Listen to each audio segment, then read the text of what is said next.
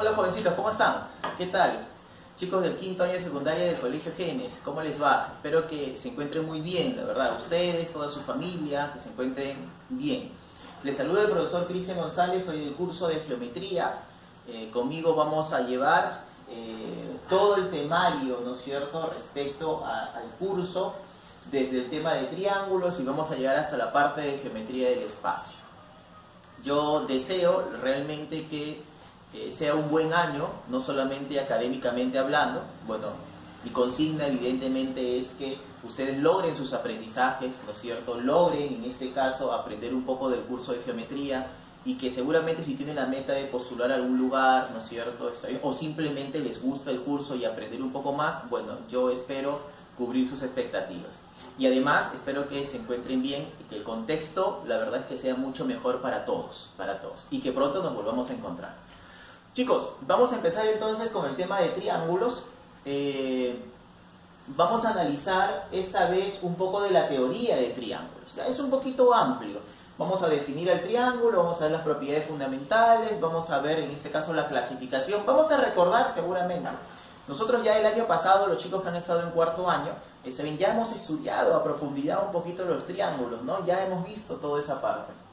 Aquellos que son nuevos en este colegio, bueno, nuevamente, bueno, en todo caso, darles la bienvenida. Y les comento que vamos a analizar profundamente cada una de las figuras geométricas que se nos va a presentar, ¿no? Como el triángulo, como el cuadrilátero, como los polígonos en general, seguramente la circunferencia. Cuando lleguemos a la parte de los sólidos geométricos también lo vamos a estudiar. ¿Bien? Muy bien, entonces te decía, ¿no? Seguramente vamos a recordar un poquito de eso. Así que se nos va a hacer mucho más fácil. Esto ya va a ser un poquito más fácil. Cuando hablamos de un triángulo, si tú estuvieras en primer año de secundaria, seguramente te van a decir un triángulo, una figura geométrica de 3 lados, seguramente, de 3 ángulos. Si tú regresas a primaria, seguramente tu profesor de primaria te va a decir, es una figura de 3 lados, suficiente. Está bien, no está mal.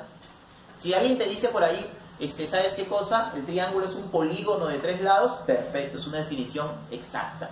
Pero como todavía nosotros no hemos revisado los polígonos, vamos a darle una definición mucho más clara, pues, ¿no? Mucho más matemática, ¿está bien? No eso de que 3 lados, eso déjalo para los niñitos, seguramente para que entiendan.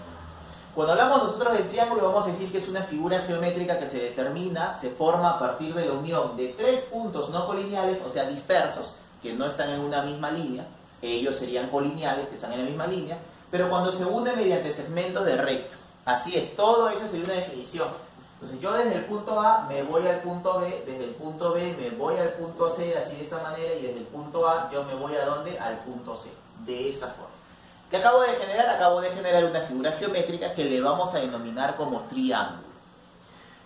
Cuando a ti te definen, por ejemplo, en primario, primer año secundario, hasta el segundo, seguramente dicen, una figura de vértices, ¿no es cierto?, de 3 lados, es lo que te están diciendo son los elementos. Porque a estos puntitos de acá, ahora nosotros le vamos a denominar como vértices. Sí, eso es verdad. Eso ya lo sabes. El año pasado tú hiciste ángulos, así que ahí ya más o menos recuerdas. A estos segmentos de recta nosotros le vamos a llamar lado. Él será el lado.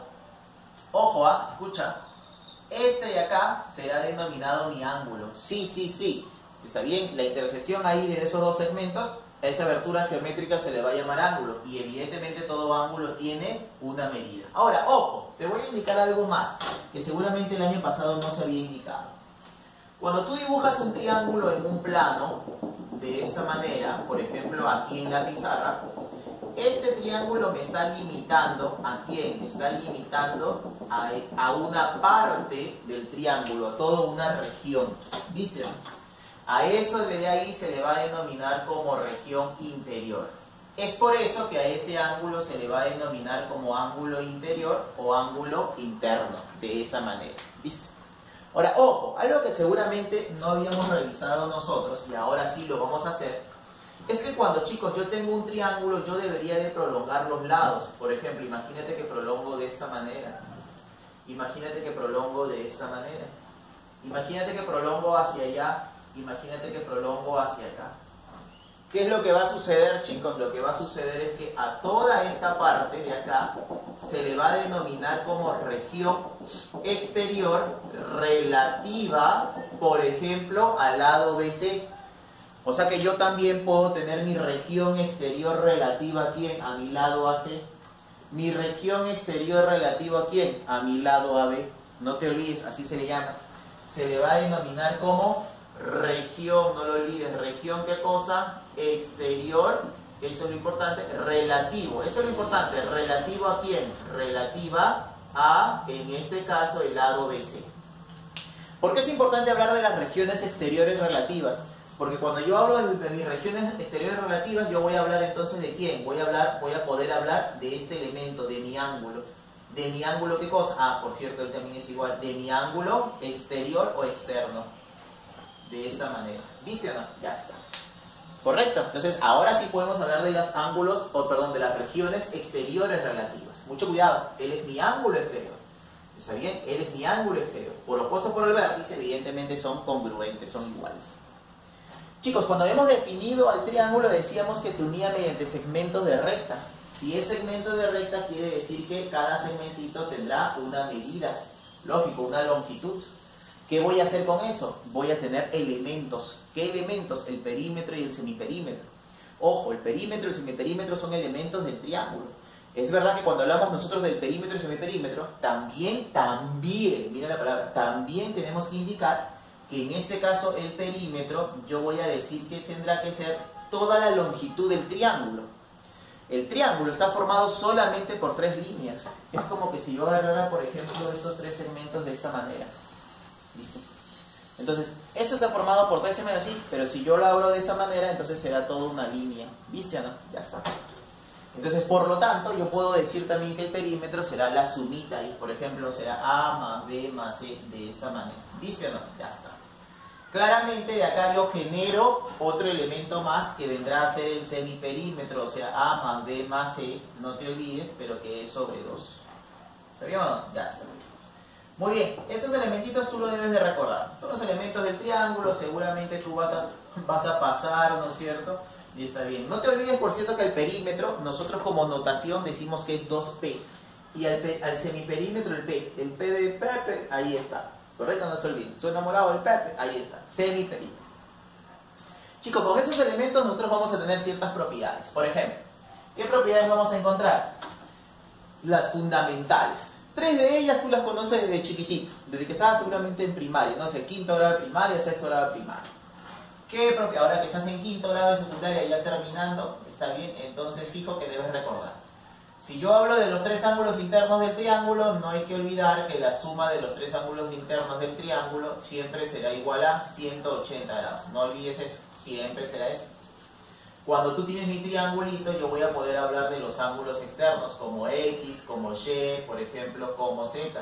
Y que por lo tanto la suma de los 3 ángulos externos, como X, como Y, como Z, será la suma 360 grados. Yo podría decir que un ángulo externo es la suma de 2 internos. Por ejemplo, Z es igual a alfa más beta. X es igual a beta más teta. Y es igual a alfa más teta. Por ejemplo, yo agarraría acá Z y Z será igual a ¿quién? A alfa más beta. No lo olvides, de esa manera. ¿Está bien? Estoy colocando un ejemplo nada más. Pero esas son las 3 propiedades. Por cierto, ¿se cumplen todo tipo de triángulos? No. Solamente los llamados triángulos rectilíneos, los que están formados por líneas. Ojo, examen de rapidez. Porque yo puedo conformar este triángulo de acá también. Ese es un triángulo, sí, ese es un triángulo.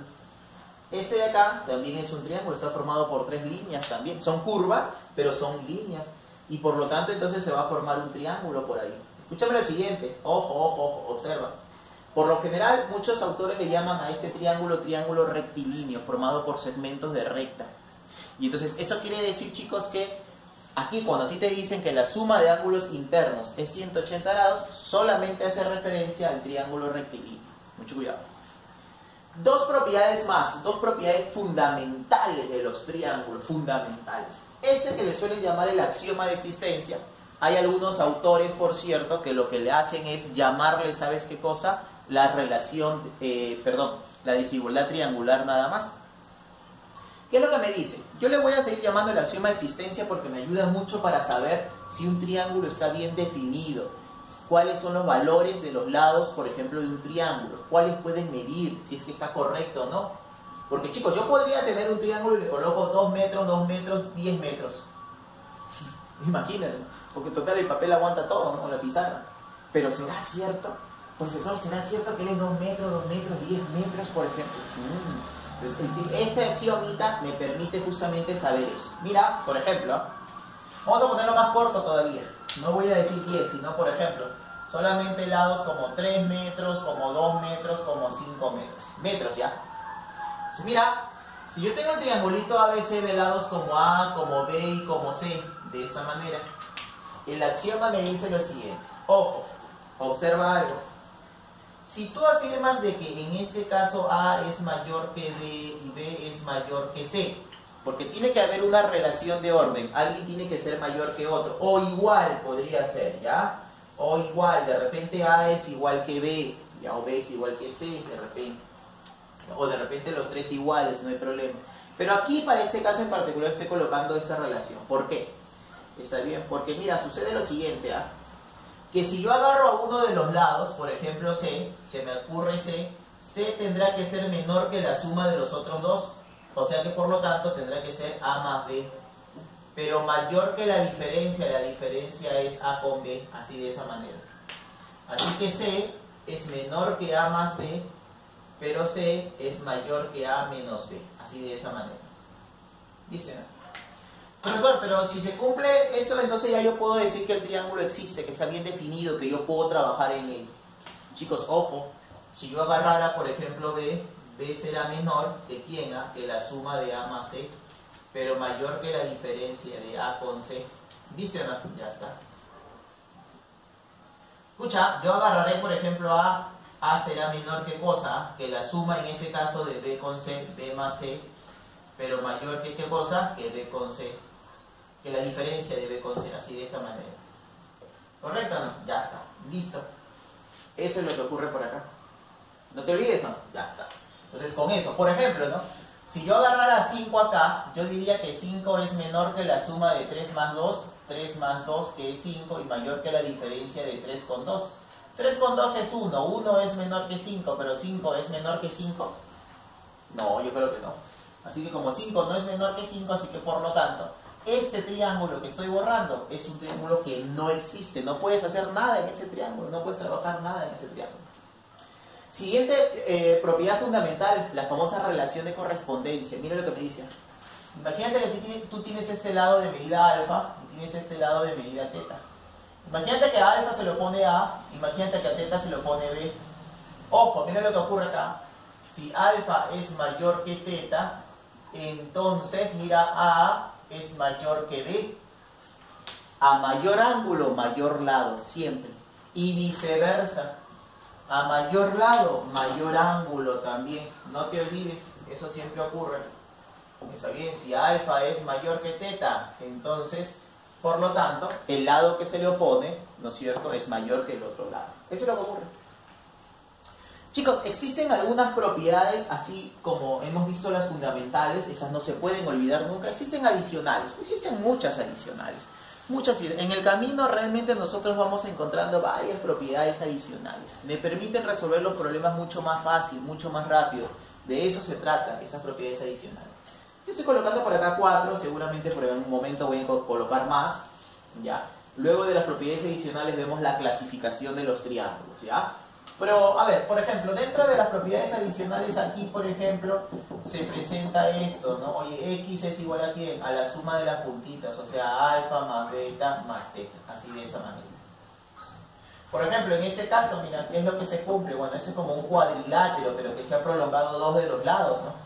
Así que la suma de esos dos ángulos externos como alfa más beta es igual a ¿cuánto? A X más Y, de esa manera. Ese que parece una corbatita Michi, ¿no es cierto? Parece una corbatita Michi, ¿está bien? O una mariposita. Yo diría entonces que la suma de alfa con beta es igual a ¿qué? De X con Y, así de esa manera, ¿viste? Este que cuando tú estabas en primer año de secundaria o segundo, seguro le decían el pescadito, ¿no? O el pececito, ¿no? Está bien, de esa manera. ¿Qué se cumple? La suma de esos dos ángulos externos, o sea, alfa más beta, es igual a ¿cuánto? A X más Y. ¿Está bien? De esa forma. Seguramente ustedes van a encontrar en algunos formularios o otros libros, o más adelante nosotros mismos vamos a ver más propiedades adicionales. ¿Ya, chicos? Pero por ahora está bien, y lo que vamos a ver entonces es la clasificación de los triángulos. Es importante ya conocer cómo va variando el triángulo, porque lógico, acá los lados van a ser distintos, pueden ser iguales, los ángulos también, ¿no? Los ángulos internos, externos. Entonces, ¿cómo lo vamos a denominar nosotros? ¿Ok, chicos? Entonces vamos a ver por allá. Bien, chicos, vamos a ver entonces la clasificación de los triángulos. Ya, aquí nos vamos a quedar. En nuestra próxima clase nosotros ya vamos a resolver en este caso ejercicios, ya, los ejercicios del REC, no te olvides, ya, y evidentemente problemas de la práctica dirigida. Sí, porque esto es un poco largo para el tiempo que nosotros tenemos, ¿no? Muy bien, entonces, clasificación. Primero, por sus lados. Por sus lados vamos a encontrar tres tipos de triángulos. El escaleno, que se define como aquel triángulo donde sus tres lados van a ser distintos. ¿Cómo es eso? Está bien. Quiere decir, chicos, entonces, que aquí sí o sí yo tengo que afirmar de que A necesariamente es diferente de B. Yo tengo que afirmar de que A necesariamente es diferente de C. Yo tengo que afirmar de que B necesariamente es diferente de quién, de C. Con eso yo ya voy a poder afirmar que los tres lados van a tener que ser diferentes, así de esa manera. ¿Viste, no? ¿Cuál es la consecuencia de tener estos tres lados diferentes? Es que los ángulos, en este caso como alfa, como beta y evidentemente como teta, ¿correcto? Entonces también serán distintos. O sea, alfa tendrá que ser diferente de teta, quiere decir que alfa tendrá que ser diferente de beta, y claramente pues el beta tendrá que ser diferente de ¿quién? Tendrá que ser diferente de teta, así de esa manera. ¿Ya? Ocurre que cuando hablamos de un escaleno yo voy a decir, oye, todos los lados son distintos. Y entonces por lo tanto los ángulos también serán distintos. Pero no te preocupes, ¿no? Nosotros ya cuando hablamos del escaleno decimos todo diferente, tiene todo distinto, todo diferente. Perfecto. Cuando hablamos nosotros de un triángulo isósceles, cuando tiene dos lados que son congruentes, por ejemplo, si este lado es A, este lado será A. El tercer lado, no te olvides que el tercer lado es el diferente, o sea, A, necesariamente A es diferente de B. Ojo, por cierto, una pequeña observación. A este lado se le conoce con el nombre de base. ¿Está bien? Así se le llama, base. Él es su nombre, ese es su nombre real. Cuando hablamos de la base de un triángulo, estamos hablando realmente de un triángulo isósceles. Tenemos una mala costumbre de decir que todos los ese son las bases del triángulo, y no es así. Solo en el triángulo isósceles se le llama base. Ojo, por cierto, si este ángulo mide alfa, este ángulo alfa, y este es el diferente, teta, quiere decir que alfa necesariamente es diferente de ¿quién? De teta, de esa manera. Cuando hablamos de un triángulo equilátero, eso es rápido, es sencillo. Equilátero, lados iguales. Así que por lo tanto en este caso yo voy a poder pues afirmar que sus tres lados serán congruentes, A. Y por lo tanto este ángulo es alfa, este ángulo es alfa y este ángulo es alfa. Ojo, resulta de que ese alfa es igual a ¿cuánto? A 60 grados, así de esta manera. ¿Está bien o no? Ya está, muy bien. Y eso, ahí terminamos la clasificación por sus lados, el triángulo escaleno, el isósceles, el equilátero. Mira, es rápido de reconocer esto de acá. ¿Ya? No te olvides que cuando a ti te hablan de un isósceles y de un equilátero, tienes que marcar los lados. O si quieres le colocas variable, no sé, pues una letra o una constante, o lo marcas, no sé, serruchito, tronquito, bolita. Pero la idea es reconocer, para que tú puedas reconocer qué es lo que pasa. Por ejemplo, si acá tú no reconoces que estos dos lados son iguales, entonces yo no puedo reconocer que estos dos ángulos son iguales. Lo que voy a pensar es que más bien es un triángulo escaleno. De eso se trata. Ok, chicos, clasificación, y acá terminamos por sus ángulos. Cuando hablamos por sus ángulos vamos a tener entonces a dos tipos de triángulos. Escucha, al triángulo rectángulo y al triángulo oblicuángulo. El rectángulo es porque yo voy a poder decir que tiene un ángulo que es recto. O sea que en este caso alfa es igual a ¿cuánto? A 90 grados. Así de esta manera. ¿Viste, no? Claro.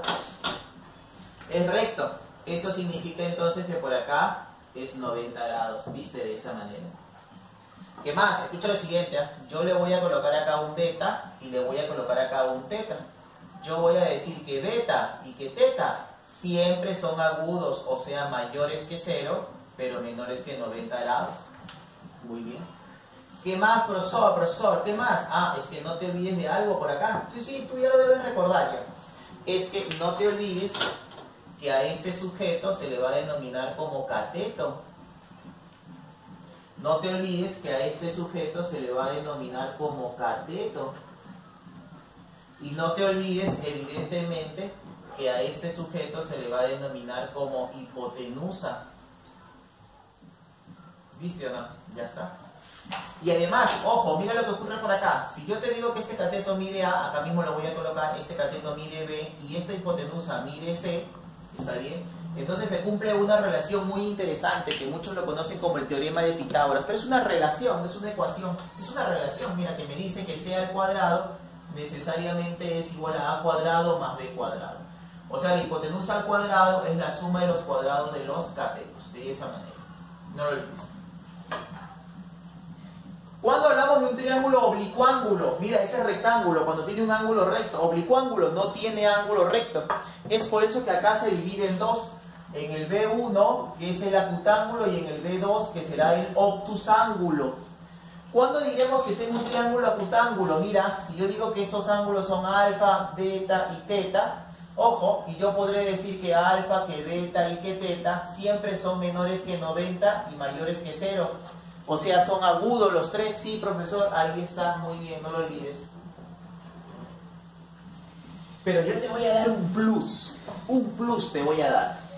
Imagínate que este lado sea pues C, imagínate que este lado sea pues por ejemplo A, imagínate que este lado sea B. Vamos a suponer, chicos, que C es mayor que A y que B. ¿Ya? Estoy suponiendo que C es mayor que A y que B. ¿Viste? Ojo, mira lo que se va a cumplir, que C elevado al cuadrado, se parece a él, pero para este caso, C al cuadrado será menor que A cuadrado más B elevado al cuadrado. No lo olvides.